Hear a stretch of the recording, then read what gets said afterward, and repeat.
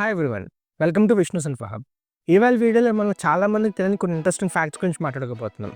Video చాలా ఇంట్రెస్టింగ్గా ఉండిపోతుంది. ఎండ్ వరకు ఎవరు స్కిప్ చేయకుండా చూడండి. ఫ్యాక్ట్ నెంబర్ 1, మనలో చాలామంది స్కూల్స్ అండ్ టెక్స్ట్ బుక్స్లో ఈవెన్ గూగుల్ మ్యాప్స్లో కూడా చూస్తున్న మ్యాప్స్ అనేవి కరెక్ట్ కాదు. ఈ విషయం మీకు తెలుసా? మీరు రెగ్యులర్గా మ్యాప్స్లో చూస్తే గ్రీన్లాండ్ అనేది ఆస్ట్రేలియా కంటే చాలా పెద్దగా కనిపిస్తుంది. కానీ రియాలిటీలో గ్రీన్లాండ్ ఆస్ట్రేలియాతో పోలిస్తే 1/4 సైజ్ ఉంటుంది. గ్రీన్లాండ్ ఏరియా అనేది 2.1 మిలియన్ స్క్వేర్ కిలోమీటర్స్ ఉంటే ఆస్ట్రేలియా 7.7 మిలియన్ స్క్వేర్ కిలోమీటర్స్ ఉంటుంది. ఇది ఎందుకు కనిపిస్తుందో మీకు తెలుసా?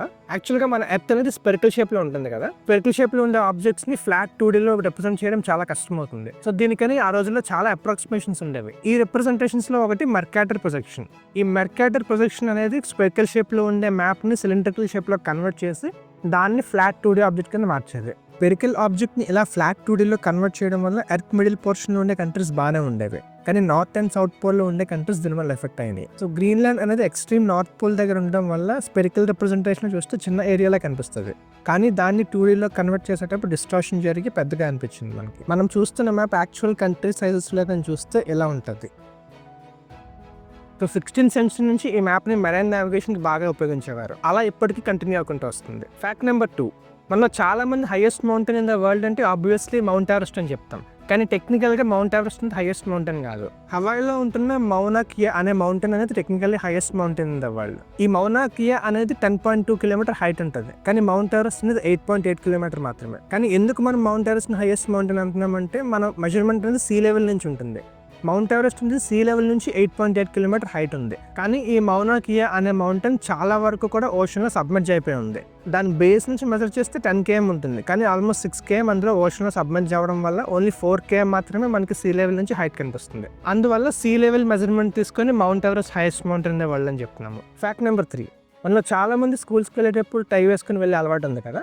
అందులో టాప్ బటన్ చాలా గట్టిగా పెట్టుకుంటాం, దాంట్లో మళ్ళీ టై వేసుకొని టైట్గా పెట్టేసుకుంటాం. అండ్ ఈవెన్ చాలా మంది ఎంప్లాయీస్ కూడా టైస్ వాడతారు. ఇవి చాలా టైట్గా ఉండడం వల్ల బ్రెయిన్కి వెళ్ళే బ్లడ్ ఫ్లో అనేది 7% డ్రాప్ అవుతుందంట. దీనివల్ల లాంగ్ టర్మ్లో బ్రెయిన్ డిసీజ్ వచ్చే ఛాన్స్ ఉన్నాయి. సో పేరెంట్స్ కానీ ఒకవేళ ఈ వీడియో చూస్తున్నట్టయితే మీ పిల్లల్ని రెడీ చేసేటప్పుడు టైట్గా ఉండేలా కాకుండా ఫ్రీగా ఉండేలాగా చూసుకోండి. ఫ్యాక్ట్ నెంబర్ 4, మనం ఈ రోజుల్లో కామన్గా యూజ్ చేసే ప్రోడక్ట్లో కెచప్ ఒకటి.